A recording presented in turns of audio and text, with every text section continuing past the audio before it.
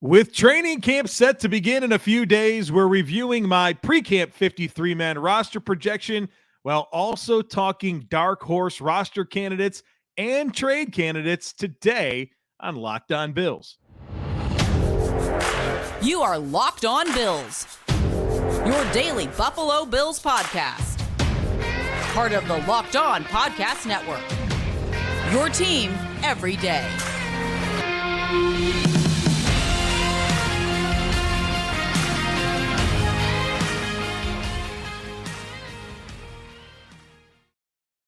What's up, Bills Mafia? It's Joe Marino, author of Go Bills and Buffalo's Run, also the co-host of the Locked On NFL Scouting podcast, and I'm your host of Locked On Bills.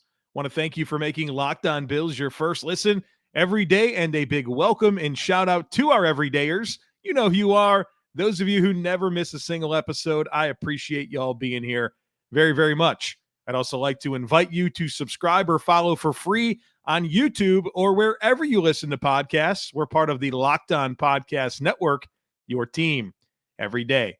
Well, folks, it's good to be with you on a special weekend episode of Locked On Bills, where there's just a lot to talk about with this football team. The players report for camp on Tuesday of next week. They practice on Wednesday, and there's some things I want to say before all of that happens. And so in order to do that, I had to fit in a little weekend content for you. So I hope you enjoy. And I always enjoy talking Buffalo Bills football, so it's not hard for me to find a little time on the weekend to do this. Now, before we get into our subject matter today, I want to say that the next couple of weeks on the podcast are going to be different. And that's just because the news cycle is going to be really, really different. And so with every day there being new things to talk about, I'm going to be pushing out content very quickly. It won't be in the normal, hey, it posts at these times on YouTube and this time on the podcast feed like it normally does. It's going to come fast and it's going to come furious, and we're going to post it as we do it. And so keep your head on a swivel. The posting will not be consistently the same time, but it will be regular. You can count on something every day, sometimes maybe even multiple episodes every day. So just make sure that you're subscribed. That way you don't miss a single thing. And then, of course, once training camp kind of works itself through and we get back into a normal rhythm of news, then, we'll go back to those very consistent posting schedules, which I know you enjoy and I enjoy as well. Today, we are talking 53-man roster projection before camp. And through this, we're going to cover a couple of other things. We're going to talk about trade candidates, and we're going to talk about dark horse roster candidates. I thought about doing an entire show for each one of those three, one for the roster projection, one for the dark horse roster candidates, one for the trade candidates. And I thought to myself, well, just do a roster projection and talk about it along the way, and you can fit everything into one show. So that's what we're doing today. Let's get started. All right. We'll go through each position group. I'll tell you who I think makes the roster. I'll tell you who doesn't make the roster, and then the dark horse candidates and trade candidates. Quarterback will be a very boring conversation. I think the Bills keep two quarterbacks. Their last name is both Allen, Josh Allen.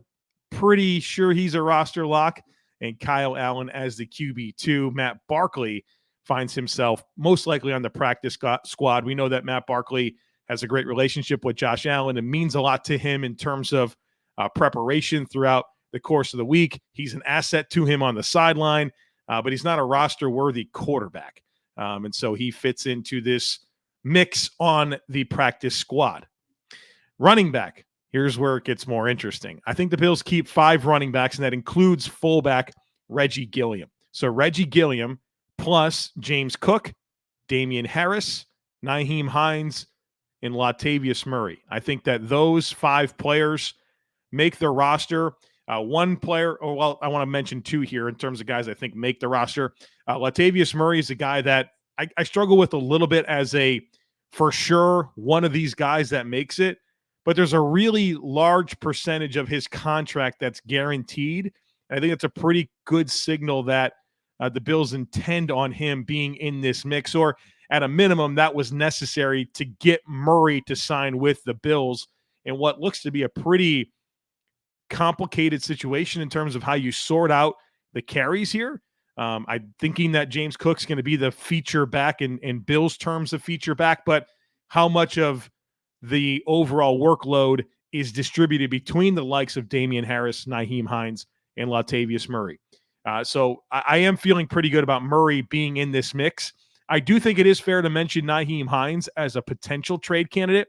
I sort of get the impression that the Bills want to keep him and obviously deploy him on special teams, use his speed, his receiving ability offensively. But there is some nice cap relief that the Bills could receive in trading Nyheim Hines against the cap this year and next year. And I think that's worth mentioning when we're looking at this through the perspective of also trade candidates in addition to dark horse and who makes this roster. I'm not going to go out on a limb and say I think the Bills are going to trade Nyheim Hines. I just think it's fair to mention him as a possibility, given the Bills do have a good amount of talent at running back, but also the cap relief component of trading Hines at this point for this year and next. And again, I don't know that that's going to happen, but it's worth mentioning. And it's also worth mentioning that Nyheim Hines is the highest paid running back on this team, and it's not particularly close. So just a lot of layers to consider when you talk about Nyheim Hines. Now, what's also interesting about running back is the only one getting cut is Jordan Mims, right? So you have 5 rostered running backs, including fullback Reggie Gilliam, and then just one more body, and it's Jordan Mims. And so one of my questions here as we get to training camp is, will the Bills add another running back? And I think that accomplishes 2 things. First of all, it gives you another body to kind of get through your 3 preseason games and, of course, training camp, but also get you more familiar with guys that you can stash on your practice squad. And so with the surplus that the Bills have at some other positions where, like, wide receiver, there's just so many guys, even the offensive line, there's so many guys. Could the Bills move on from one of those players and add another running back? I think from a numbers perspective and balancing things out, that would make a lot of sense. So that's how I see things shaking out at running back.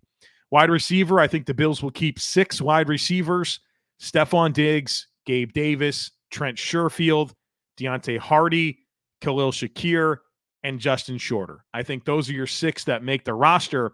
And then there's a bunch that get cut. And this is why I mentioned wide receiver as a position where you could see one of them getting cut and adding a running back earlier in camp, just because you just have such a surplus at wide receiver, where Marcel Aitman, Isaiah Coulter, Bryce Thompson, Jalen Wayne, Keyshawn Johnson, Desmond Patton, Tyrell Shavers. That's 7 receivers. You got 13 total receivers right now. I think you could probably sacrifice one of them and get yourself another running back. Now, I think with this mix of guys, there's going to be a couple of them that are put back on the practice squad in terms of the guys that are released. But, you know, I feel like Justin Shorter has the upper hand as the wide receiver 6 due to his youth, due to his physical traits, due to him being a rookie draft pick this year.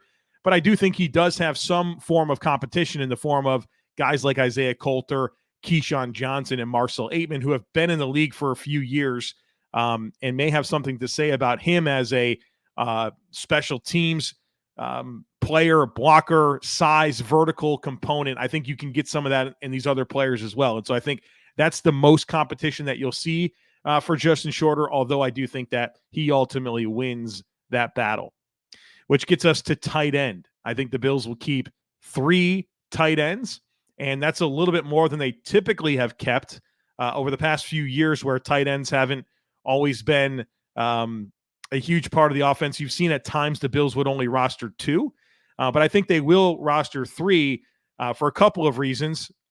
First of all, if you want to be a more 2 tight end heavy offense, well, then you're going to need a little bit more depth, and I think that's necessary. But also Quentin Morris as the 3rd tight end has proven himself as a special teams player for you, and I think that's going to be important. So I think they roster 3 tight ends, Dalton Kincaid, Dawson Knox, Quentin Morris, and then the 2 guys that are cut are Joel Wilson and Nick Gugamos. I think neither one of them have a path to the roster, barring an injury to Quentin Morris. I don't think either has trade upside or are dark horse candidates. Certainly, you hope one of them is practice squad worthy. because you want to have one on your practice squad. But I think if everyone's healthy, this is very cut and dry. Kincaid, Knox, and Morris. All right, folks, we're going to talk offensive line, the entire defense, a lot more to get to here today. But first, I need to tell you about eBay Motors. Our partners at eBay Motors have teamed up with Locked On Fantasy Football host Vinny Iyer to bring you some of the best fantasy picks each week all season long. Whether you're prepping for a draft or scouting the waiver wire, every week we're going to provide you players that are guaranteed to fit your roster. So with the draft prep underway for the upcoming season, let's see who Vinny has picked out for us on this week's eBay's Guaranteed Fit Fantasy Picks of the Week. Looking to make a smooth turn in fantasy football snake drafts with the last pick in the first round and the first pick in the second round, you will be guaranteed to have a winning 1-2 punch of workhorse power in your backfield when taking the Colts' Jonathan Taylor and the Browns' Nick Chubb back-to-back. While Taylor is a perfect rebound candidate and a more run-friendly overall offense in Indianapolis, Chubb is also set up to dominate with more of the combined workload in Cleveland. Vinny Iyer from Locked On Fantasy Football is going to help you win your fantasy football championship, and eBay Motors knows a championship team is about each player being a perfect fit. Same with your vehicle. With eBay Guaranteed Fit and over 122 million parts and accessories for your vehicle right at your fingertips, you can make sure your ride stays running smoothly.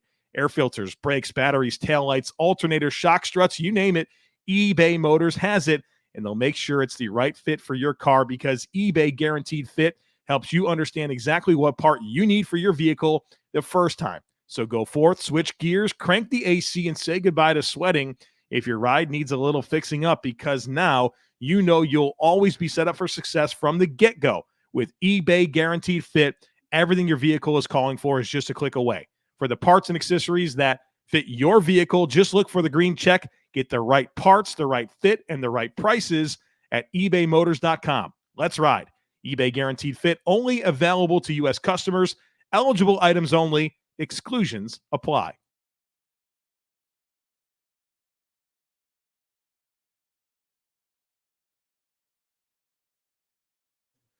All right, let's go back to the offensive side of the football and finish up with the offensive line before we get into the defense. And I think the offensive line is absolutely a fascinating conversation because you have some really good depth and you have some players you love to keep, but you can't because you just can't keep them all, right? You just have a good surplus here, which means there are some trade candidates along the way here. So here's the 9. I think the Bills keep 9 offensive linemen.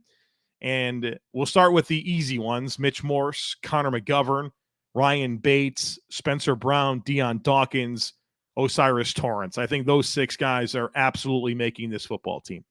Then it gets a little bit more interesting. And so here's how I have the rest of it sorting itself out. I have the Bills keeping 3 more offensive linemen: David Edwards, David Quessenberry, and Tommy Doyle, which means there's some good players that are cut. And no matter how you did it, there's going to be some players that are worthwhile being cut. But I'm trying to be predictive with this. This is not who Joe Marino would roster. This is who I think the Bills will roster. And so that means Ike Bucker, Brandon Shell, Nick Broker are all released. I think those are the notable names, in addition to Richard Garage, Greg Manns, Ryan Van Denmark, Alec Anderson, and Kevin Jarvis. But what led me to David Edwards, David Quessenberry, and Tommy Doyle making the roster over Ike Bucker, Brandon Shell, and Nick Broker is this. First of all, I went with Quessenberry over Shell for 2 reasons. One, David Quessenberry is a far more versatile football player, has experience at right tackle, left tackle, and guard. Brandon Shell has literally only played right tackle in the NFL. So that versatility matters. Also, the fact that he has a year of experience with the team, that's going to give him the upper hand over Brandon Shell. And the guaranteed money discrepancy on the contract is significant.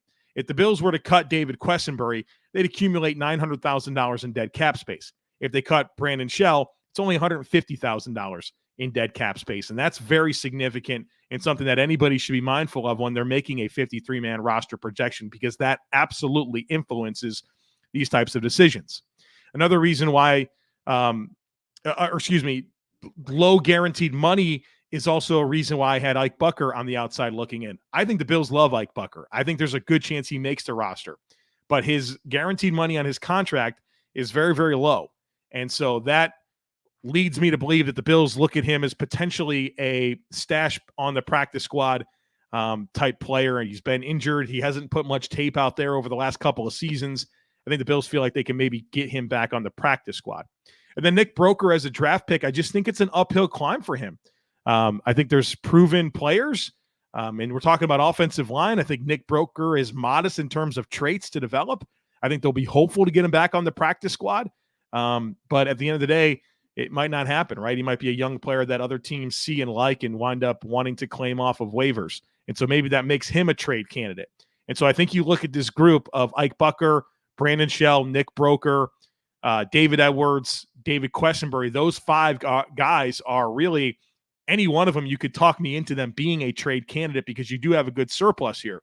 But when it comes to sorting out who I think will be on the 53, it's the five starters plus Osiris Torrance, David Edwards, David Quessenberry, and Tommy Doyle. So plenty to sort out there with the Bills' offensive line situation, but that's how I see it all unfolding.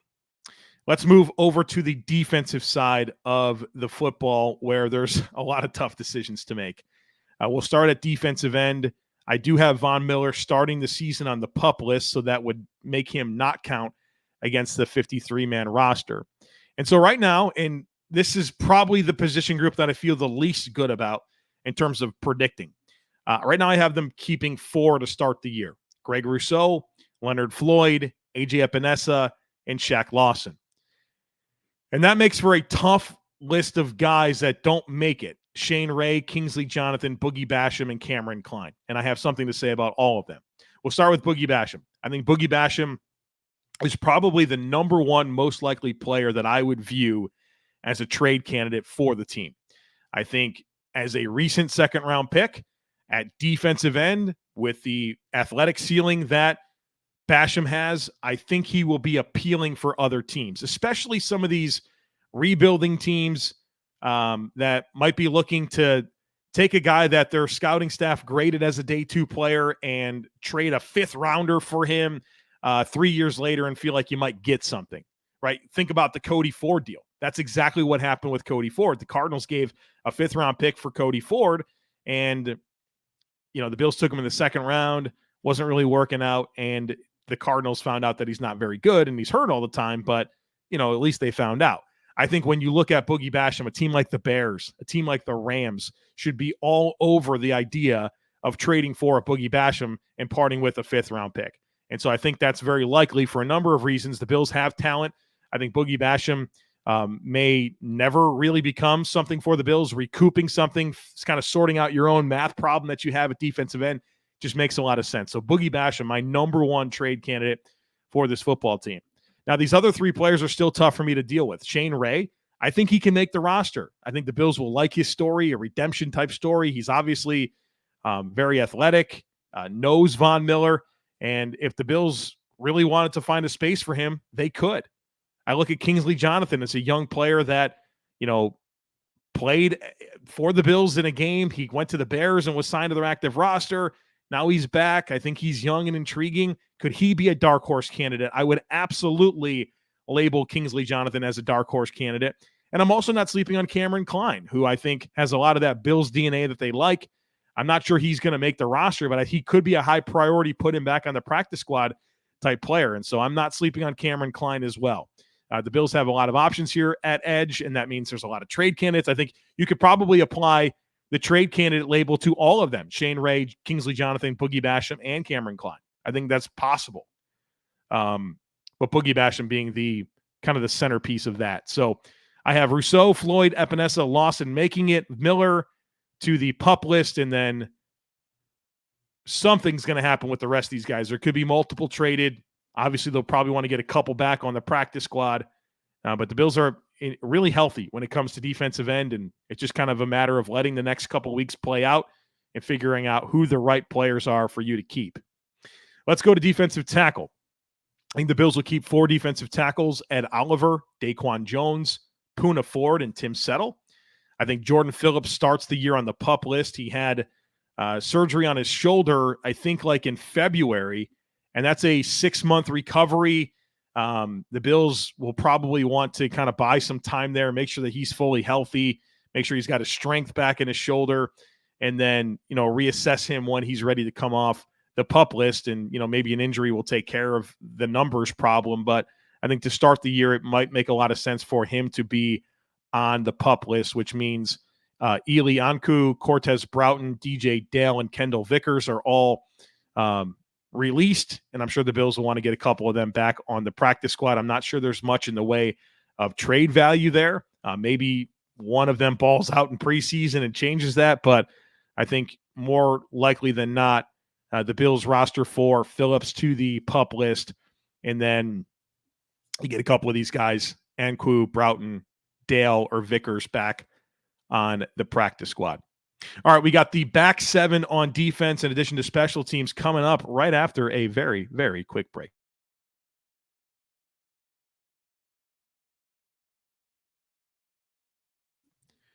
All right, welcome back.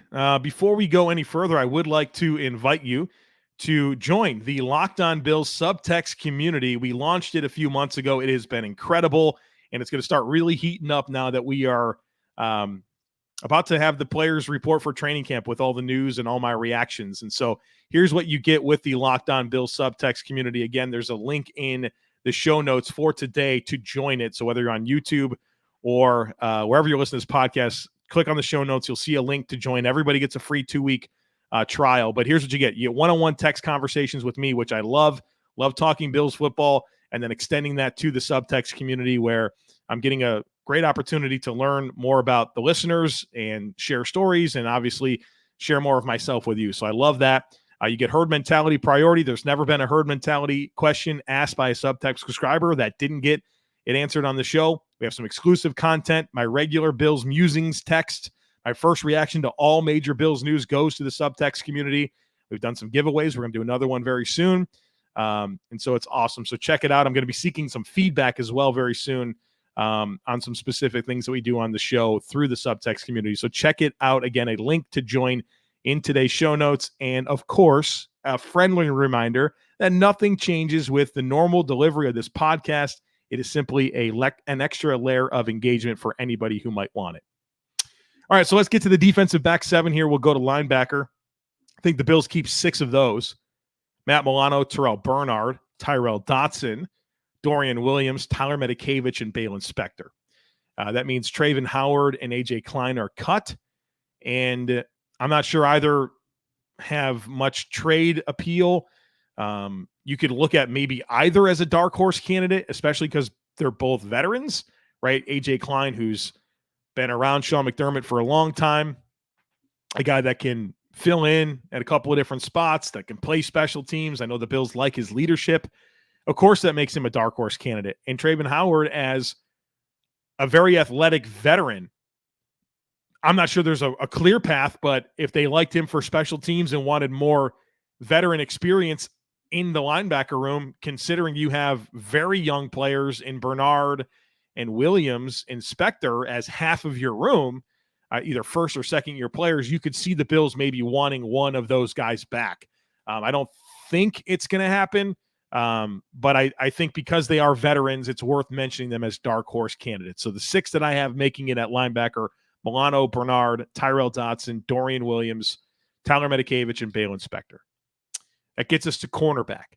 I have the Bills keeping 6 cornerbacks. And this was a little bit challenging to sort out, but kind of when you look at corner and safety together, I think that's where it gets challenging. But at corner, I have 6: Tre'Davious White, Taron Johnson, Kaiir Elam, Christian Benford, Dane Jackson, and Saron Neal. And that leaves Cameron Dantzler, Alex Austin, and Jamarcus Ingram as players on the outside looking in. And I think every one of those 3 players is interesting to me, where you could look at them as either a trade candidate or a dark horse candidate. And I want to start with Jamarcus Ingram. And I feel like this is a player we need to be very aware of during training camp. There's a lot of momentum here, whether it's Von Miller going out of his way to talk about how good he's looked, right? Nobody asked Von Miller about Jamarcus Ingram, but he went out of his way to talk about it. I think that means something. And Sean McDermott and Brandon Beane, especially Brandon Beane, have mentioned Jamarcus Ingram, especially when talking about like UDFAs and late round picks and really having a chance to make the Bills roster as like a sales pitch to agents to like, hey, your UDFA can come here and actually have a chance, even though we're deep and talented. He's brought up Jamarcus Ingram multiple times. And so I just feel like there's a little momentum here. I'm definitely keeping an eye on him as a guy that has a real chance to make this roster. So do not sleep on Jamarcus Ingram. Alex Austin as a draft pick, he's worth mentioning. I think he needs a lot of help to make the roster. He's going to need injuries to happen, I think, to crack this 53-man roster. I'm sure the Bills would love to have him back on the practice squad. But there's been a bad history here with stashing these draft picks on the practice squad, whether it's Jack Anderson or Jake Fromm or Rashad Wildgoose, right? These guys just even he wasn't a draft pick, but Nick McLeod is a guy the Bills stashed and got plucked. This stuff just kind of happens. And so, it's something the Bills will kind of have to deal with. It's a good problem to have. But Alex Austin, I'm not sure he makes the roster, and then I kind of worry about him as a young player getting plucked. And then Cam Dantzler, I think he's definitely a trade candidate. Started some games for Minnesota, had some good games, was released. You kind of wondered if that was more because he wasn't part of the regime in place that drafted him. He was part of the previous regime, and they were kind of moving on from players. I mean, Minnesota's been moving on from players left and right here over the last few months since Kwesi took over as the GM. And so, could the Bills showcase him well in preseason and then flip him? I think that's a possibility. So I definitely look at Cam Dantzler as both, really not so much a dark horse candidate as I do a trade candidate. Which gets us to safety as the last position, and I think that I have the Bills keeping 5, and this is a little bit different than what's normal, but I think they have a lot of options here. So the 5 that I think make it are Micah Hyde, Jordan Poyer, Taylor Rapp, and then Damar Hamlin and Cam Lewis making this roster. I just feel really good about Cam Lewis. I think with him, his versatility, corner, outside, inside slot, safety, special teams, guy that's been around, I think he's a real serious contender to make it. I'm not saying like he's a lock, but as one of my Joe Marino specials, if you will, in terms of how I see this unfolding, he's a guy that I really wanted to have on there. And then Damar Hamlin, it's just, it's a delicate situation, but I think if he does make this roster, having another fourth safety as a hedge, like a Cam Lewis, who can also help you on special teams, makes that even more necessary. Now, maybe the next few weeks will unfold and, Damar Hamlin is all go and there's no issues, then you can reassess this. But as I consider it right now, and kind of the impression that we got that, he wasn't doing everything during OTAs, I'm just curious to see this all play out. So I have him in right now, and I think that his presence as a yes for me right now further makes me feel good about Cam Lewis as a yes, which means Jared Maiden, Zane Anderson, and Dean Marlowe don't make it. And maybe you don't think much of that group of players, but Jared Maiden and Dean Marlowe were on this team down the stretch last year, and Zane Anderson was the first player they acquired this offseason. All veterans, especially Dean Marlowe. And so I'm sure you have a couple guys you'd love to get back on the practice squad here. Not sure there's real trade interest possibilities from any of these players. Maybe Jared Maiden if he looks good in preseason, but safeties are always challenging because there's so many good ones. There's a lot of good ones that aren't even on teams right now. And so expecting to get something for your bottom of the barrel safeties, I think, is pretty unlikely. And that leads us to specialists. This is cut and dry. There's not even competition. Reed Ferguson, Tyler Bass, Sam Martin. That's your long snapper, kicker, and punter. And hopefully they all stay healthy and we don't have to worry about long snappers, kickers, or punters. So there you have it. My 53-man roster projection entering training camp. Gave you a bunch of dark horse roster candidates. Some of the big ones I want you to remember are Jamarcus Ingram. I think he's definitely one to really monitor and trade candidates. Boogie Basham, some of that offensive line depth, some of those edge players. I think those are worthwhile and should be fun to watch this all play out, right? You got training camp practices and preseason games to really figure this out. I'll have more to share about what I'm going to do at training camp. I'm definitely planning on being there, and I'll let you know what dates. Those are going to be very, very soon. but I'll be taking in some firsthand practices. And, obviously I'm excited to share what I observe with my own eyes those days. So a lot coming here on the podcast. It's going to be a really busy stretch. I mean, it's always busy. We do a daily podcast, but with the amount of information that's coming, there's going to be a lot to dissect. So really, I encourage you to subscribe. If you like what's happening here, tell someone, tell your friends, share it on social media. Would love to grow together, right? And obviously this is a great opportunity to do that. So take that moment to rate, review, share, subscribe. Go Bills. And I look forward to catching up with you again very, very soon.